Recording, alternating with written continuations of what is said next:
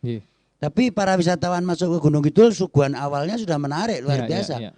Baru kemudian dari sana ada rute-rute tentang bagaimana kalau rutenya ke utara itu kawasan industri UKM dan kerajinan, kawasan pantai di selatan dengan alur-alur. Waduh, kalau yang muda mau berpikir dan bersama-sama saya untuk mengerti itu dan timbul pengertiannya, gampang sekali dilakukan di Gunung Kidul. Generasinya hebat, generasi mudanya hebat, masyarakatnya paham betul terhadap potensi itu. Itu kira-kira ada. Oke, ada beberapa poin yang saya catat ini dari barusan dari ulasannya Pak Bambang ini. Jadi artinya kemudian Pak Bambang ini mengajak untuk mengelola aset ini dari hulu ke hilir Pak ya. Insya Allah, dengan insya Allah, ya.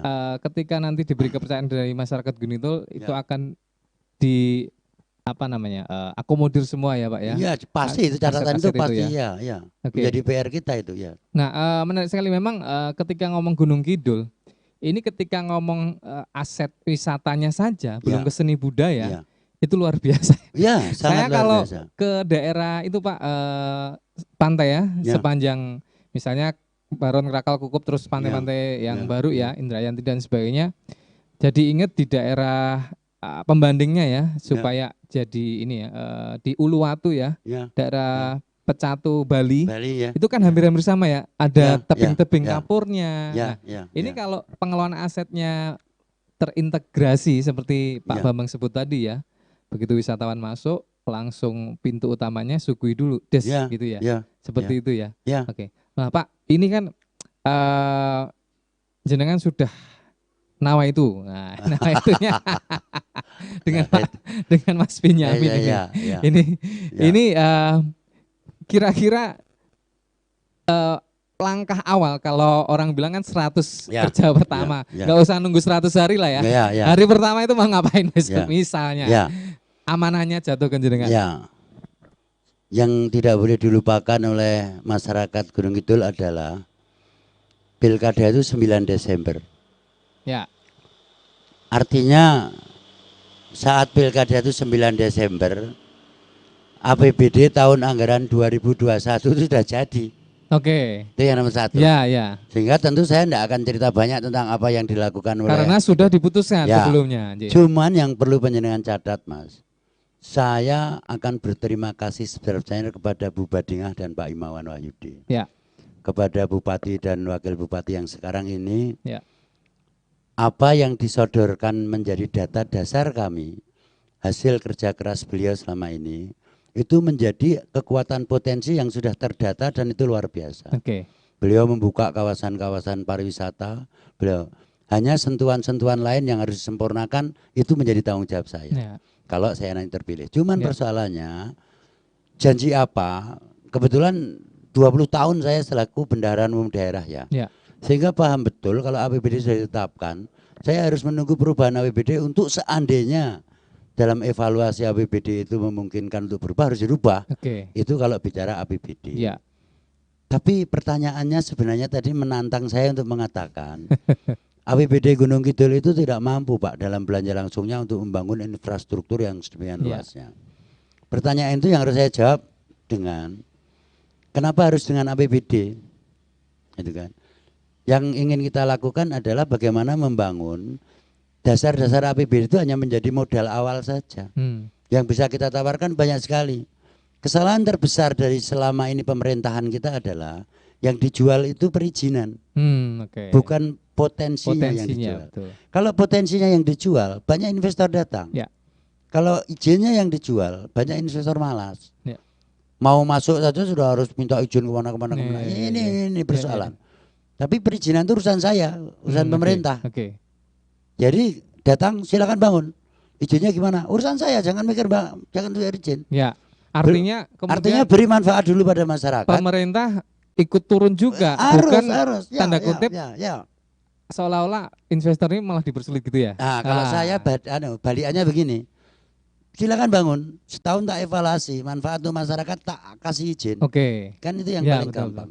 Persoalan persyaratannya itu urusan saya, urusan pemerintah. Tapi sampean fokus saja bagaimana membangun masyarakat dan membangun dalam konteks investasi ya. Tapi kalau yang dijual perizinannya, investor harus ngurus sana, ngurus ini, ngurus sana, ngurus ini. Malas itu saya pikir. Ya. Ya, contoh ya ada satu yang di Patok itu. Saya tahu persis mengikuti perjalanannya pada saat bagaimana ngurus amdalnya, bagaimana. Ya kenapa mereka harus ngurus itu? Itu kan tanggung jawabnya pemerintah. Pada saat dia mengatakan ini layak karena masyarakat dapat menamar di hasilnya, masyarakat dapat memanfaatkan, investor juga tidak rugi. Udah urusan kami izin itu, enggak usah mikir izin itu. Nah itu kira-kira yang kita tahu. Ini potensinya yang kita jual itu potensinya, bukan jadi izinnya, ada pencerahan sedikit ini ya soal birokrasi ya Pak ya. Karena memang misalnya saya membayangkan jadi seorang investor mau masuk udah kepentong izin sana sini. Wah, itu sudah. Padahal mungkin juga semua pengen izin-izin itu berjalan dengan sesuai dengan aturan Pak ya. Tapi ketika di awal dihajar izin-izin dan pemerintah itu lepas tangan seolah-olah gitu akan lari gitu ya. Ya, paling enggak kan lama sekali kayak gitu. Betul. Buktikan dulu kalau Anda mampu, misalnya gitu kan. Anda mampu itu artinya Anda berinvestasi di Gunung Kidul dengan benar. Setelah itu tak evaluasi manfaatnya basah dan sebagainya, izin saya terbitkan. Kenapa? Tentu bagian-bagian yang berkaitan dengan perizinan itu paling awalnya kan hanya mengatakan kalau tempat itu layak enggak untuk AB. Layak, sudah layak silakan lakukan. Tidak usah kemudian Anda harus ke pintu sana, ke OPD sana, ke OPD sana. Apalagi kemudian ketika jenengan dengan treatmentnya jenengan tadi Pak Bambang, ketika setahun membawa kemanfaatan masyarakat layak, udah jalan terus Pak ya. Jalan terus. Itu sudah tahu. Simpel sekali gitu. Simpel sekali. Ya kenapa? Tadi kan dibandingkan dengan Bali. Bali itu tidak ada investasi yang tanda tanya. Karena apa? Apalagi kalau kita lihat Tabanan. Bupati Tabanan. Itu luar biasa memberikan layanan-layanan izin terhadap itu. Bahkan sehingga investor pun pada saat mau membangun sesuatu mereka rela untuk ikut membangun jalannya. Karena apa? Dia sudah dapat kemudahan banyak. Artinya ikut memiliki gitu ikut memiliki itu yang paling penting. Itu yang paling penting. Oke. Nah ini saya suka slogannya juga ya. Orang berbeki neng rampungi itu. Oke, Tribuners, terima kasih yang sudah bergabung. Yang belum silahkan bergabung di live streaming ngobrol seru bareng Pak Bambang. Ini bakal calon Bupati Gunung Kidul, nanti berpasangan dengan Mas Benyamin di channel YouTube Tribun Jogja Official dan Facebook Tribun Jogja ya. Dan sebelum saya teruskan, nah ini sudah ada suguhan khas Gunung Kidul ini. Dan sebelum kita teruskan obrolan, kita simak lah ini salah satu tim kreatifnya Pak Bambang itu sudah bikin video animasi yang milenial sekali. Silakan disimak. Saya akan ngeteh dulu bersama Pak Bambang. Silakan. Media isine muk pilihan bupati. Rasah bingung Kang. Milio sik ngerti kahanane awake dhewe lho. Kahanan petani karo masalah banyu. Jelas kuwi. Makane milio sing penertur bener.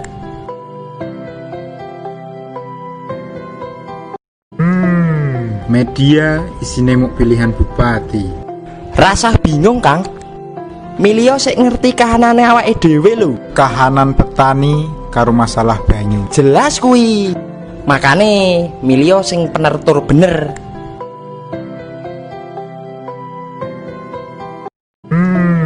Kaum milenial sudah tentukan pilihan. Harus cerdas. Pilih yang jelas. Visi misi jelas. Kanggo kemajuan Gunung Kidul. Bambang Wisnu. Benyamin Sudarmadi. Ayo dukung Bambang Benyamin. Kaum milenial sudah tentukan pilihan. Harus cerdas. Pilih yang jelas. Visi misi jelas. Kanggo kemajuan Gunung Kidul. Bambang Wisnu. Benyamin Sudarmadi. Ayo dukung Bambang Benyamin.